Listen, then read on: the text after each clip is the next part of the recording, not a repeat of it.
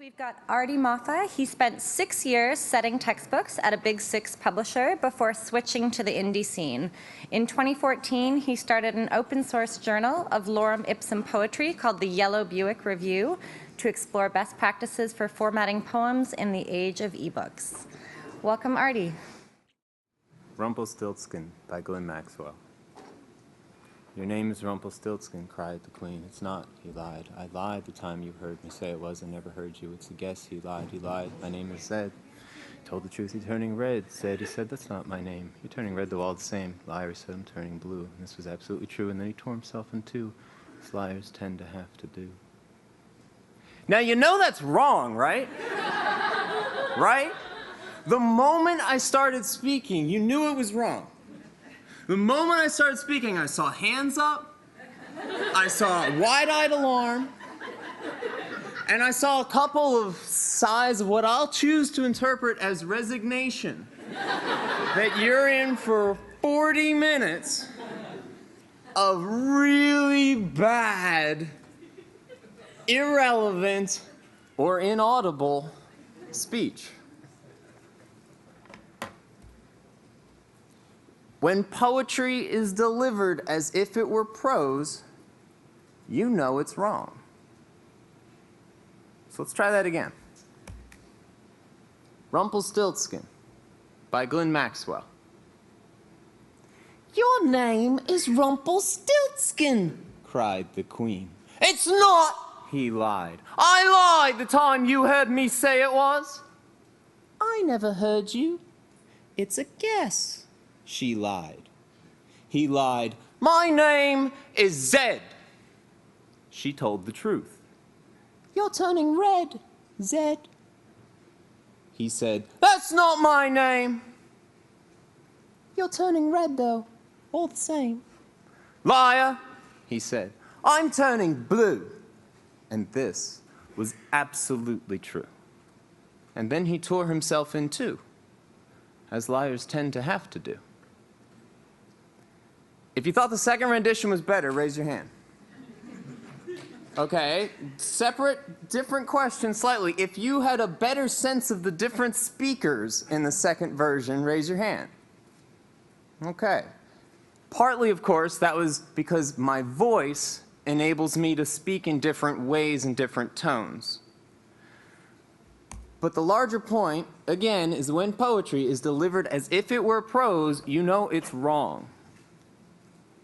When poetry is delivered as if it were prose, it becomes prosaic. That is what that word means. Characteristic of prose as distinguished from poetry: factual, dull, unimaginative, prosaic advice. I am not here to dispense prosaic advice. Il y a de certaines choses dont la médiocrité est insupportable: la poésie, la musique, la peinture, le discours public. It's mostly Canadians in the room, I'm given to understand, so who can tell me what that means? Go for it. There are some things for which mediocrity is unacceptable: poetry, music, painting, and public speaking. Bingo, thank you very much. Yes, certain things which I had unbearable, but I certainly think that unacceptable totally works too.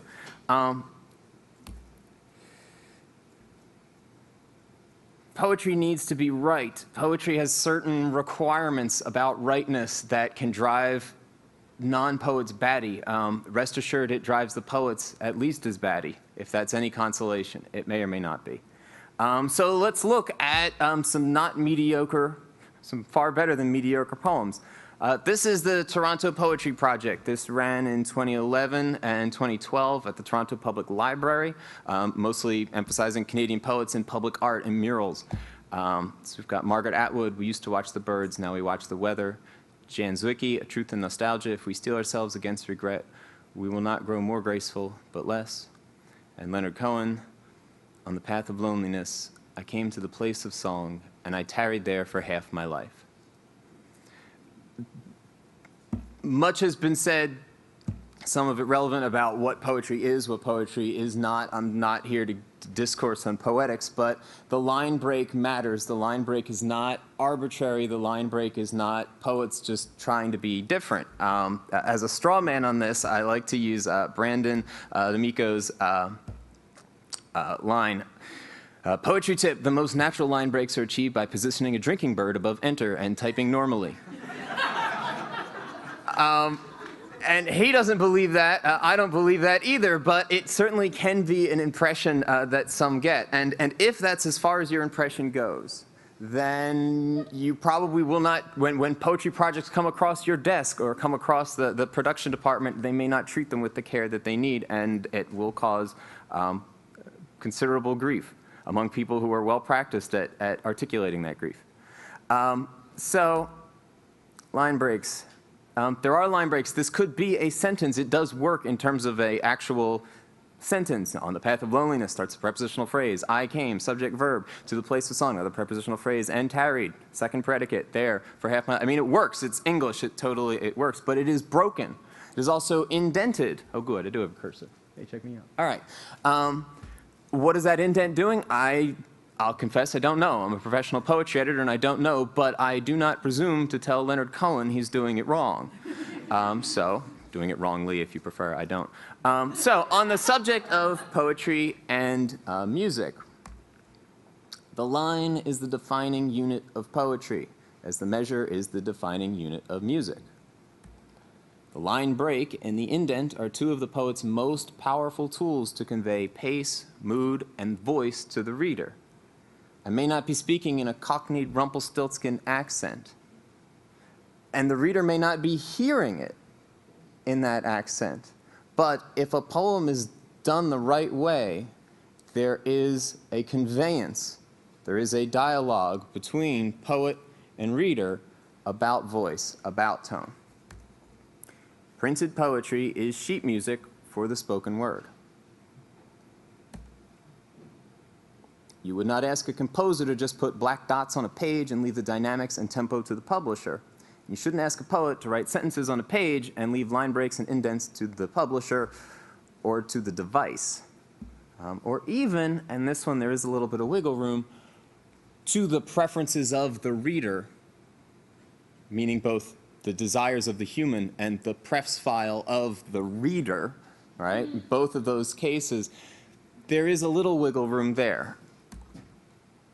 A poet can survive everything but a misprint, said Oscar Wilde. I have had poets who have removed manuscripts from consideration because of the limitations of what I can offer them in terms of formatting. I have had poets who have withheld poems or who have submitted other poems because they felt that they could not do their work justice, or they felt that I could not do their work justice with what technology and what formatting I could offer, or my constraints of budget, time, or what kind of paper stock I'm willing to buy. This is a deal breaker. Last year, Tina Henderson was here speaking about art books, and she said many art book publishers, if given option between market share or market distribution channels and complete control of formatting, will easily, without any guilt, without any hesitation, go with complete control of formatting. Poets are, as a general rule, way over on that end of the spectrum. They would far prefer that 20 people get a book that is just the way they wanted than hundreds, thousands, dare I say millions, get a book that is kind of, sort of, maybe the way that the publisher thought that maybe the reader should be able to get it. So, my talk today, Quo Vadimus. If you don't speak Latin, that's Latin for Où allons-nous? The problem with poetry ebooks, we'll talk about some of the problems. As I've mentioned what I'll be talking about, once people realize, no, I'm serious, I'm actually here to talk about a fake poetry book at a publishing conference. Once they get past that, they go, oh yeah, that's actually a real pain. Others, highly unsatisfactory solutions. Our experiences of bicycle comics are somewhat unsatisfactory, but hey, solutions. This will include some code stuff. I will be putting some HTML on a page. I know HTML is markup, it's not code. Sorry. It's supposed to be much more specific about language. All right, but I will be putting some code, some things on a page, but that's not really the focal point of my talk. because I'm not here to carry coals to Dover. There are people in this audience who are first-page Google search results when you type in how do you format such and such on ebooks. But I'll show you what I have, if for no other reason than that it can be critiqued intelligently with proximity to the people who do know what they're doing. And why it matters, even if you don't do poetry, even if you don't read poetry, even if you don't like poetry, and what comes next. Okay, so first, the problem with poetry ebooks. Cue Safari field trip. Cool, I can switch between apps. All right. This has been something that gets written about with some frequency every once in a while when the book press needs to talk about this as a problem. Allen Ginsberg's Howl comes out in a new version, and Publishers Weekly blog talks about how they've butchered the text. It isn't real. This one comes out of, come on now, Washington Post, Poetry's Tense Relationship with E-Readers, all about how the lines don't quite work. Interestingly, when they do this on the website, they are committing the same error that they're talking about others having, because after all, an ebook is kind of a local web page. It's HTML and some CSS and maybe some JavaScript if you're smart. I'm not, so I don't have JavaScript. But they can't actually discuss the problem. It's almost like Schrodinger's cat. They can't discuss the problem without showing you the failures of their own style sheets on this, because this is not what they meant. If you actually saw the paper version of the Washington Post, they had this a little better. But anyway, so their before and after actually kind of look the same. And then here, before hip-hop, there was Nat King Cole, Sugar Ray, blah, blah. When it's rendered as prose, it becomes prosaic. Marketplace, which is always, I love it whenever an economics and business show talks about poetry. That does my soul good things. But talking with Billy Collins, the poet laureate of the United States, how did you find them? Oh, actually, we'll get to that quote a little bit later. But talking about poetry is just brutal to the Kindle is just brutal to poetry. I hope it's the other way around too. I'm not sure. American Press, poetry finally joining ebook revolution. There was some waves made. This is a couple years back. We're going what, to 2013? Huh. The problem had been how to transfer a poem on screen from paper to screen without either breaking a line up, a primal violation of the art form, or making the font size too small to read. And then they also cite a technique long used in print, the hanging indent. This has existed for a very long time. The idea that a line must exist on a page had similar limitations in the era of pages. There are some poets, Byron comes to mind, who had the kind of, we'll call it market power, but some other things would probably be shorter. Anyway, but Byron had sort of the market power to say, look, if it need be, the page will fold out, almost like a National Geographic map thing. But I'm going, and I'll meet you where we're going to cut this page off. So okay, but that's I certainly could not do that. We don't do fold outs at Bicycle Comics. But this technique, this problem, predates ebooks. Okay, so the hanging indent, the idea that if you indent a line, and if you indent it a particular way, it's a communication to the reader, the savvy reader, that you would have kept going had that been possible.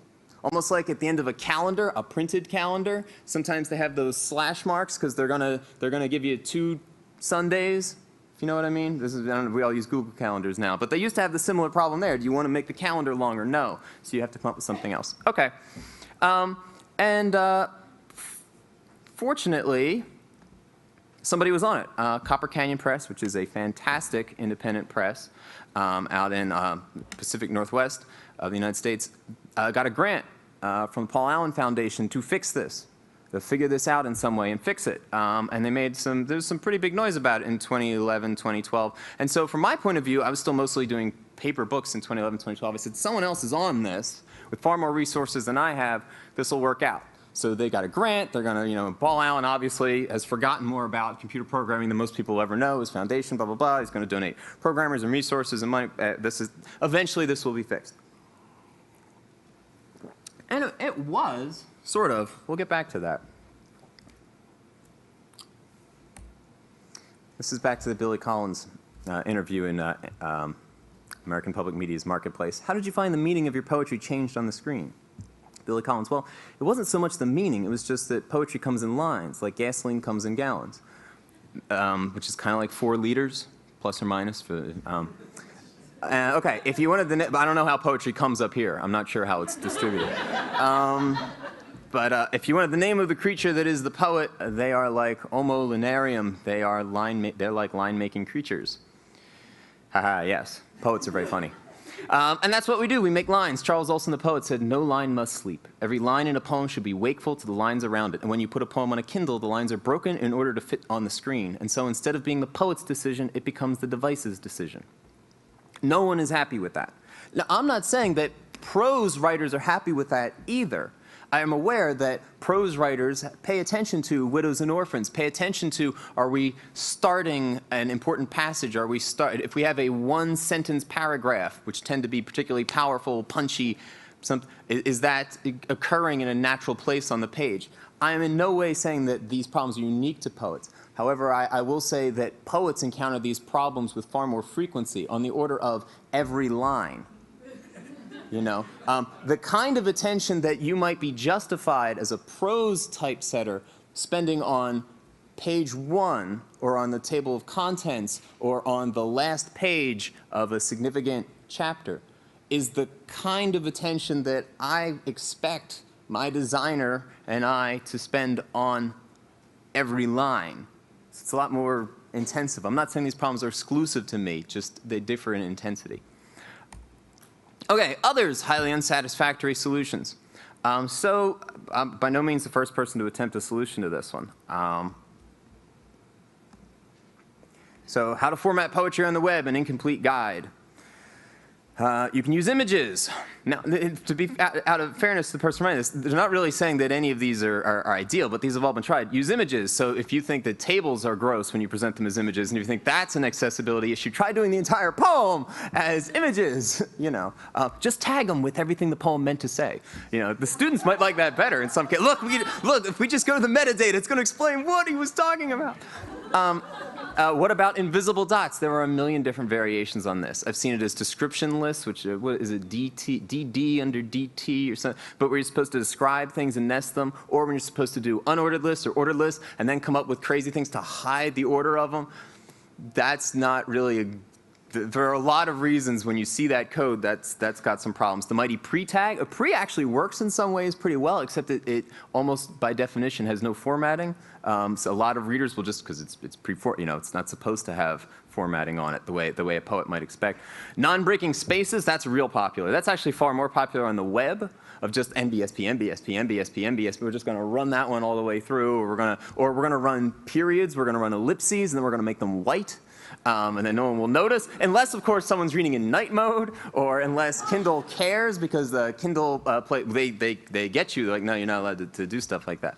So a lot of these things don't work, and ultimately it does come down. You do have to use CSS. Other people have certainly addressed this. When I went looking for when we started figuring out what we were going to do for ebooks, we originally were just doing PDFs, because that we could handle, and that had the singular benefit of being very easy. We just do InDesign export PDFs. That's great. But we were missing out on a lot of things. You know, a book-sized PDF, trade paperback, which is almost entirely what we do for poetry, is rough on cell phones. And the thing that's tragic about that is, well, sad, not tragic, it's not self-inflicted, but something that's really sad about that is poetry is an ideal mobile reading experience. You don't have to page forward a whole lot of times. You can just, there's a density of meaning to poetry that I think works well, or ought to work well on small screens. It's also one of the coolest, most impressive things you can read on the subway. You know, so yeah, if you want your full cookbook, tablet experience, absolutely, that's cool. But if you just want to be, I just want you to know, the strap hangers, that you're strap hanging with a particularly cultured dude here. Poetry's the way to do that. But we were doing PDFs that were meant for books, and they, you know, we would have character, you know, we'd go, I don't know, 120, 150 characters on a line, so that wasn't that bad in a book, but which is totally insupportable on a Kindle. Okay, so there are different ways of doing this. So I started looking around for who else had figured this out. Let me jump back into here. Picador has a pretty good solution to this one. It's particularly impressive if you can make this work on the original Kindles, if you can make this work on Mobi. KF8 has a bit of an easier time, but they had the indentation done, I'm not sure how, but it was very well done. And it was also distinct from enjambed lines, meaning, not enjambed, but when a line runs through, so, which my heart knows the wired world's commonplace, that's meant to be all on one line. Whereas, and so there's an indent there, and then this one, in Things Right True, My Heart and Eyes Have Erred, it's not saying this one's to follow on after face, it's saying this is the final couplet of a Shakespearean sonnet, and it is going to exist in its own little space because it exists in commentary to what has come before, as opposed to in part with what has come before. So Macmillan knows how to do it, but that's their solution. Whatever they have, that's in-house to them, which is awesome. But unless I violate DRM, it's not available to me. And I need things that go beyond what this had. So when I looked around, Liza Daly had, and it was, this annoyed me so much because it was almost offhanded. She was talking about something totally different about rich layout and said, oh, and by the way, here's how to do poetry. And then just kept on going with the conversation. She's like, you know, somebody just said, and so cold fusion is blah, blah, blah, blah. But like we were saying, I was like, wait, stop, cold fusion, you figured it out. Hold on. Anyways, so she had part of the answer. Liz Castro had a bit of it with media queries, which caused me all kinds of headache when I did start trying to do this on Nook. But it did give me some ideas about how to make stuff more responsive to the device. And Joshua Talent, some of you may have heard of, had some other stuff that, in some ways, this was key, where he had each poem existing, each line of the poem existing in its own p tag. That was a bit useful. And then I went and looked, and here's something about how to publish a poetry book in 7 simple steps. And I thought, oh, this is awesome. I totally need this. This is actually more recent. I'm a little bit anachronistic here. This came out after I'd come up with what we were going to do at Bicycle. But I mean, this isn't to denigrate anybody who's making an effort to educate the world. There are plenty of things you could say about my technique that isn't fantastic or flattering, and that's okay. But I was singularly disappointed. Read some poetry books. All right, that's cool. Cool. It's not really what I was looking for in terms of actionable, but hey, you know, I would love, especially, you know, if they wanted to buy some of mine. That's cool. Write your book. It's like, hey, you know what? You always want to start early. Create a cover. Pick a price. And I'm getting to get a little nervous, right? Because I feel like you really like backloaded a lot of the stuff, like, you know, the stuff that I think, all right, decide on DRM. And it's like, okay, describe your book. I mean, nothing here is incorrect. Nothing here is a step that should be left out. But we've only got one step left for what I consider to be the most difficult part, which is how to, you know, format. Contact a professional. Done! Done! What's the line? If you can solve a problem by throwing money at it until it goes away, you don't have a problem, you have an expense. I can't afford all my expenses, that's my big problem.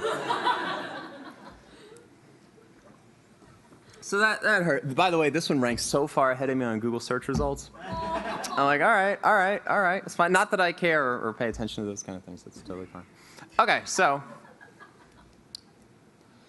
Picador had a solution. Now, remember I said Copper Canyon got like this grant from the co-founder of Microsoft and his foundation, blah, blah, blah. Okay, this is the Copper Canyon $50,000 grant solution. This is a note that accompanies the beginning of each of their poetry books. This is small, so I'll help you out. Copper Canyon Press encourages you to calibrate your settings by using the line of characters below, which optimizes the line length and character size. Or blah, blah, blah. Now, I don't know if you can see, and how many of you can harken back to the early Kindle keyboards, but I am on the smallest possible character size, and I do not have the entire line there. Now, you don't have to have the entire line there, right? Again, back to Byron, not everybody's going to do the fold-out sort of like centerfold poetry kind of deal. But, I mean, this was $50,000 and a guy who, at one point, was a reasonable contender to rule the world. So the much anticipated solution used really tiny font sizes. And it's not that that's not part of the solution, but I got the sense that that was all of the solution. The other part was this also is in-house. This is also proprietary to them, which doesn't make it bad, but also keeps it from being useful to people who aren't at Copper Canyon. You know, it's like if you come up with a cure for a disease and it stays in your hospital, and if anybody wants to be cured of that disease, they can go to your hospital. It's a universal good that the disease can be cured at that hospital. But it also means if you're not at that hospital, if you're not at that press, I don't know what their solution is. Okay. Is fixed layout the solution? I mean, this could have been a much faster talk, right? Just, hey, look, fixed layout. There you go. I hope not. Not because it doesn't work. I mean, there's very few things that just flat out don't work. This works, but again, back to the mobile experience, I feel that poetry is singularly suitable for mobile reading.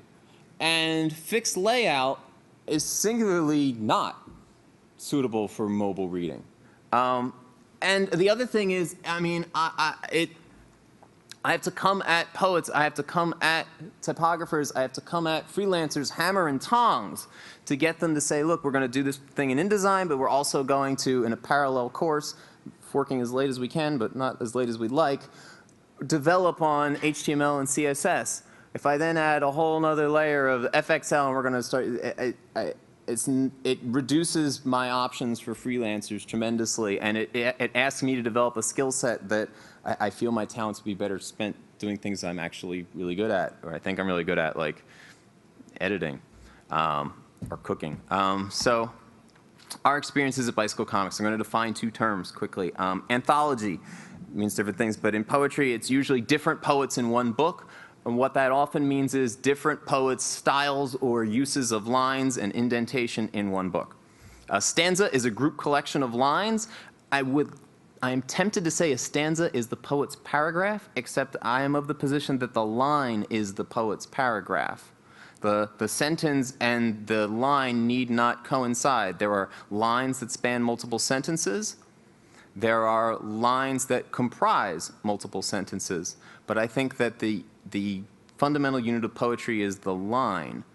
So a stanza may appear to be a paragraph, but it's a collection of lines that are meant to travel together if possible.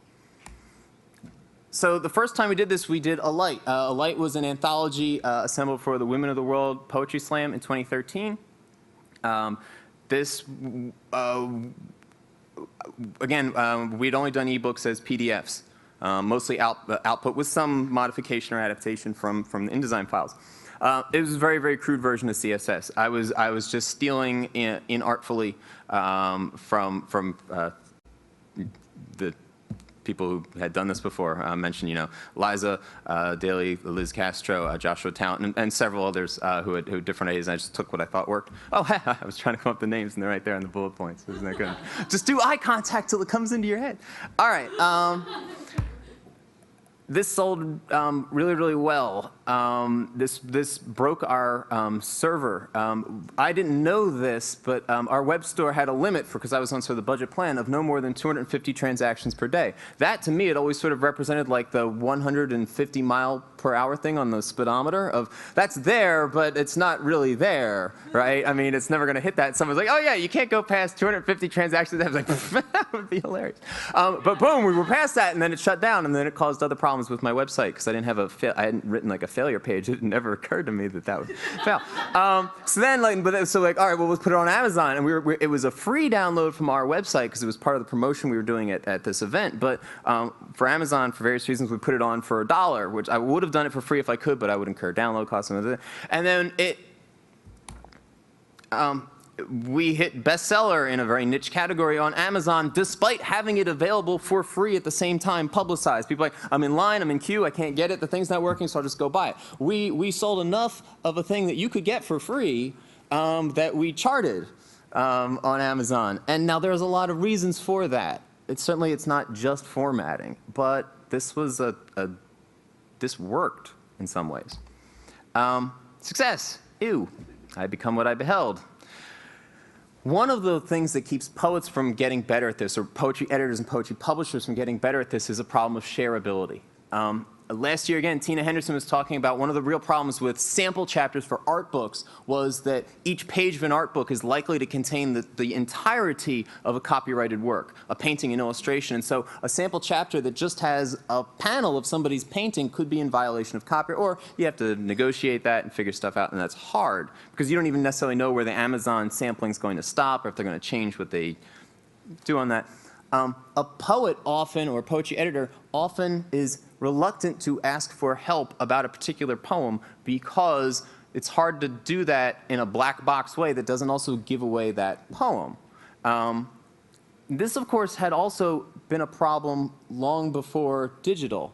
We solved this with lorem ipsum text. When the text becomes a distraction, you use Greek text or Latin text or nonsense text or whatever. You use blah, blah, blah, blah, so that people don't focus on the words. Also, because poetry being what it is, people start carping about, I don't really like the tone of voice you're using there, or I don't feel that that sentence is authentic to you, so let's forget about your formatting issues and let's talk more about your diction and word choice. And then things derail, but there was very little useful advice about formatting poetry that I found on the Kindle forums and user forums, and none that I found about developing an anthology, which is a larger, more systemic problem of formatting because an anthology contains so many different parts.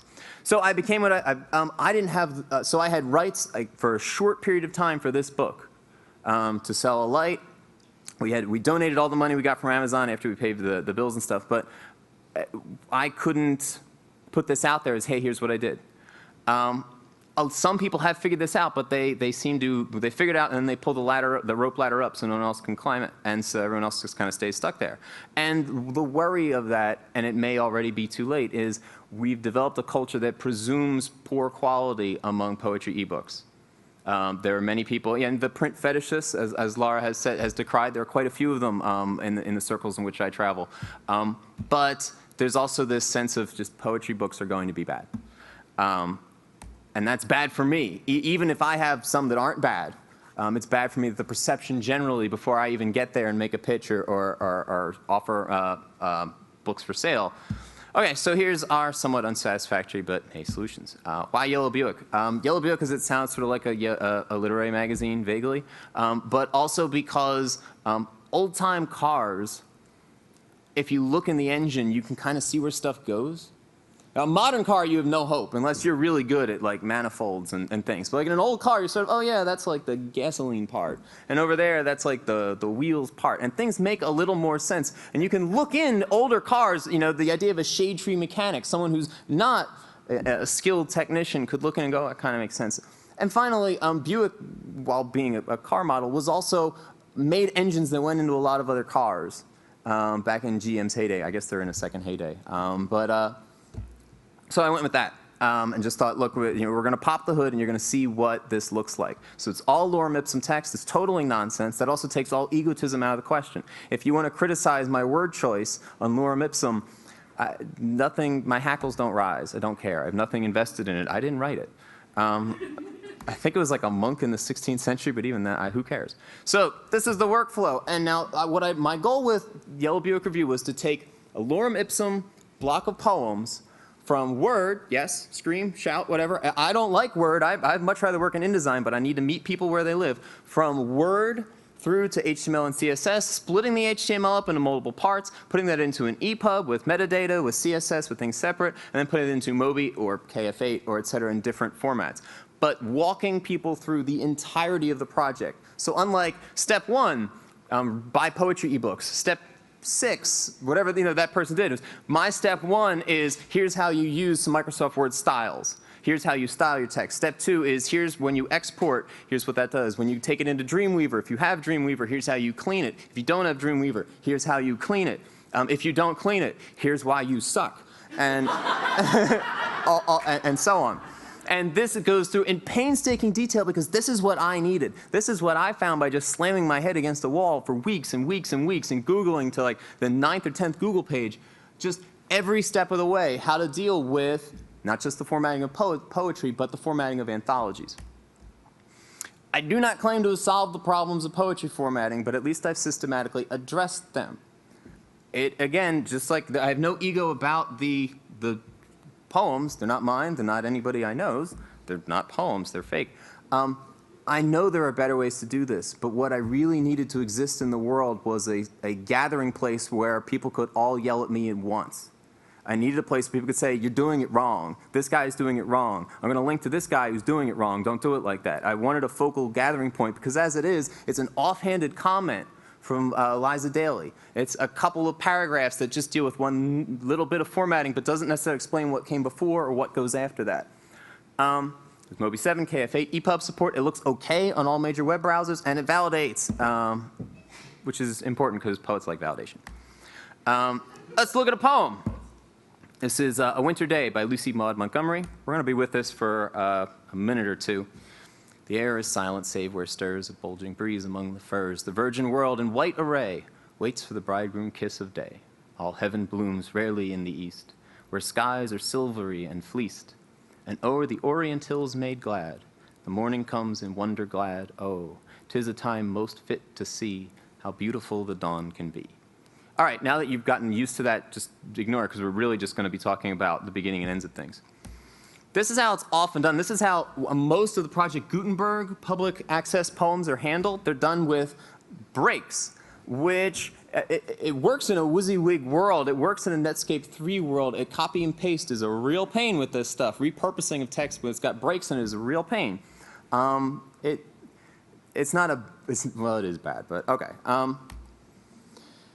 The first step is to make everything into a paragraph. Now, semantically, that might drive some people nuts, because they're thinking, no, the whole thing is a paragraph, but it's not. It's only a paragraph if you're thinking in prosaic terms. Poetry is not, poetry has an economy of language that is different.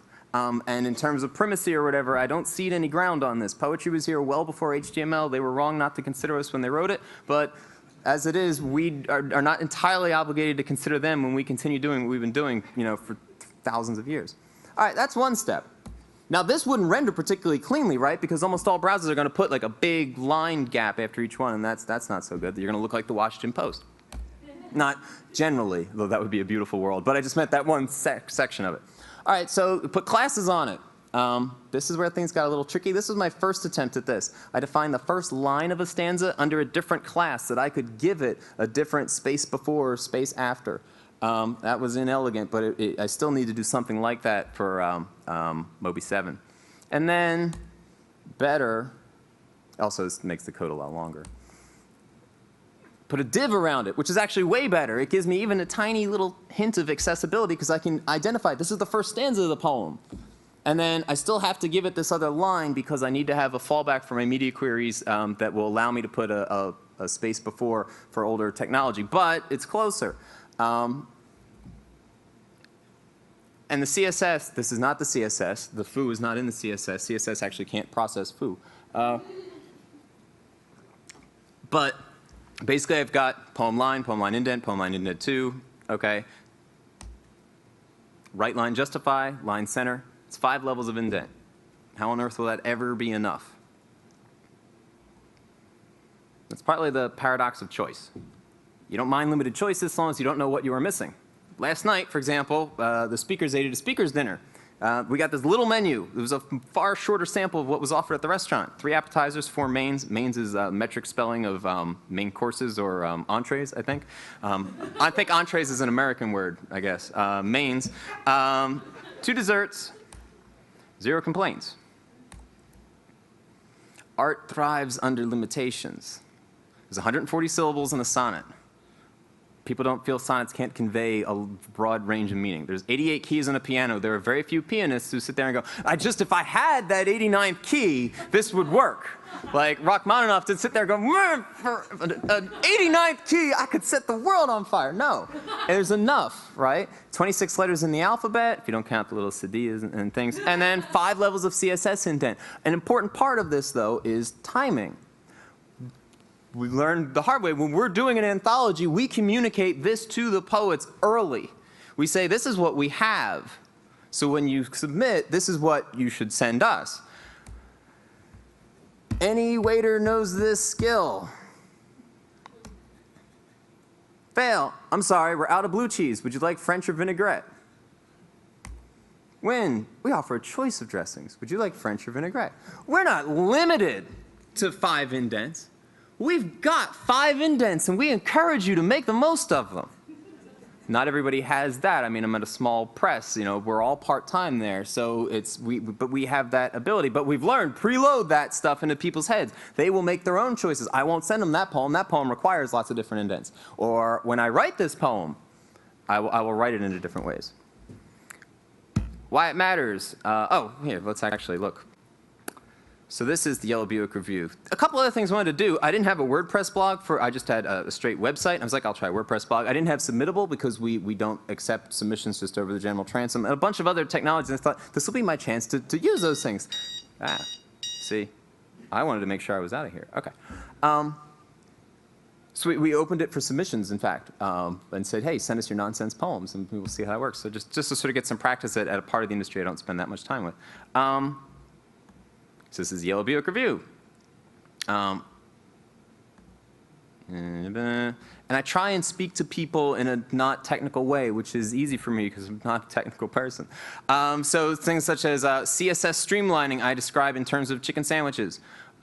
If you've got chicken sandwiches where everybody wants toasted deli roll, fried chicken, bacon, chipotle aioli, Swiss cheese, lettuce, and no tomato, and then someone else, toasted deli roll, fried chicken, bacon, chipotle aioli, Swiss cheese, lettuce, extra tomato, you don't need to give the cook that if you've got 5 or 6 people ordering chicken sandwiches. What you really just need is everybody's going to get chicken sandwiches, and then Tara's bacon, no tomato, bacon, extra tomato, no bacon, tomato. Some people are going to go, look, you know, you need to just define bacon as being part of the class and then just make an excerpt for it. OK, I mean, there are limits to what you can do with a lunch order or with CSS. But I'm not talking about, I mean, I take a very roundabout approach before I start talking about classes, before I start talking about declarations, before I start talking about those things, because I assume I'm writing to an audience that is, I picture who I was 2 or 3 years ago, said that guy would have left, that guy would have said, don't know what's going on, I'm going to look for somebody who's got it easier.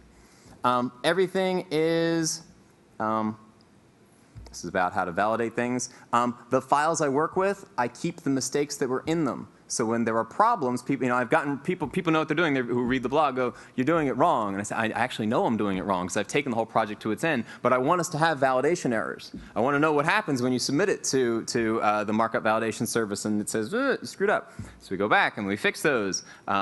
Errors that we decide we can live with. Errors that aren't part of, anyway, I want to move on. I'm getting a little tired.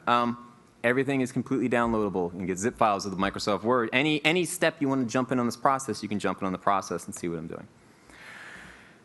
First generation markup. Can I do code view? Yeah. You know, I'd rather just describe it. This is all on the website anyway. The first time, I wasn't using divs. I was just using it on a line-by-line basis, which is totally fine for KF8. For almost anything made since 2010, you're fine with, but there are still some things that are before that.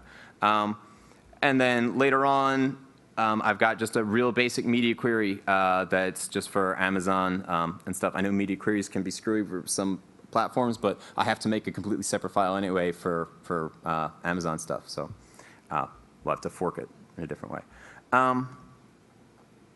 If you actually want to see all this is online. I'm happy to take questions about this, but I tell you, almost half the people in the room are going to give you more intelligent answers than I could. It's commented in a way that can seem ridiculous because I won't remember what I'm doing. I can group all the poem lines together because all my poem line classes use the same font family, etc. The only difference, like, I know you know that stuff. I don't remember it, so I have to write it all down. About 20% of my code weight is my comments.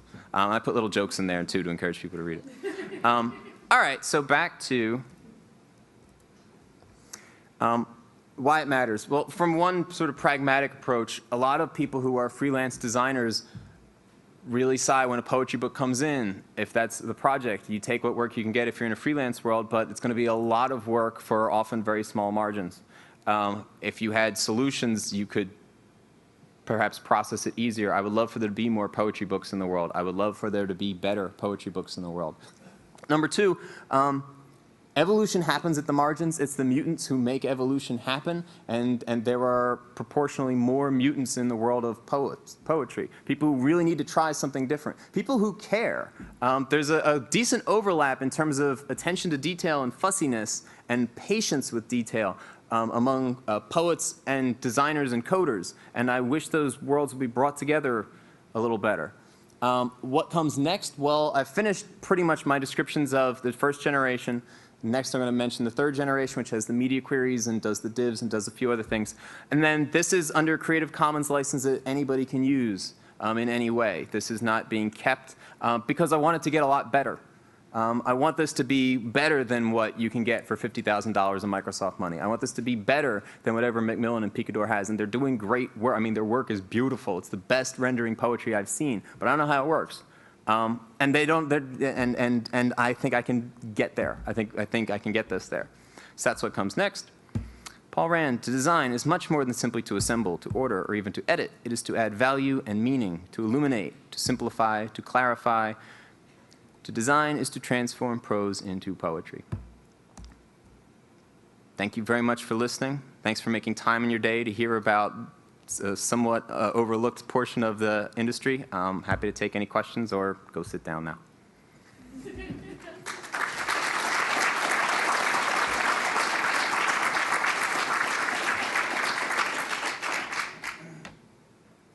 Okay. Oh.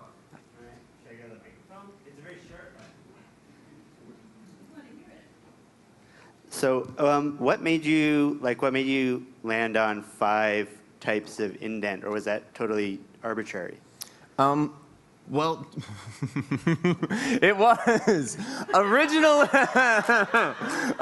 I had this idea because I needed to make it easy. If it weren't easy for me, I wouldn't be able to stick with it. So originally, I picked the 5 levels of indent because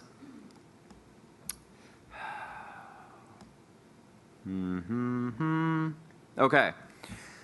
See how poem line has a certain length to it? Just, I mean, literally the physical word. And then poem line indent 1 has a length that's longer. Start laughing when you get this. And if you do poem line indent, which is for 2, that gets even longer. I was physically making the indents longer in the code. And at some point I realized it just became untenable to have indent. And I mean, I know that makes people want to tear their hair out. Like, that's not and I've moved away from that. But originally it was, what could I put in a markup that would also move the poem in that direction? Is that stupid? Absolutely. Did it work? Yes. And I'm proud to say I started stupid. Because I started. And if the people who didn't start, I don't really care if they think they're smarter than I am, because I haven't read their style sheets. So yeah, it was dumb. That was why. It was 5. And also, from an editorial point of view, I do think that limits make things better. There can be well-considered reasons. I mean, Spencer did all kinds of stuff. Milton always, when he started his poems with a song, had stuff going all over the place. And I've checked different books from different eras to see if maybe that was just the typesetter, but no, it seems to be what he had going on. But I to the point where I could reduce the number of phone calls that I have about tabs and stuff, that's helpful to me. But it really was just, can I physically move it? Any other questions? All right, thank you very much.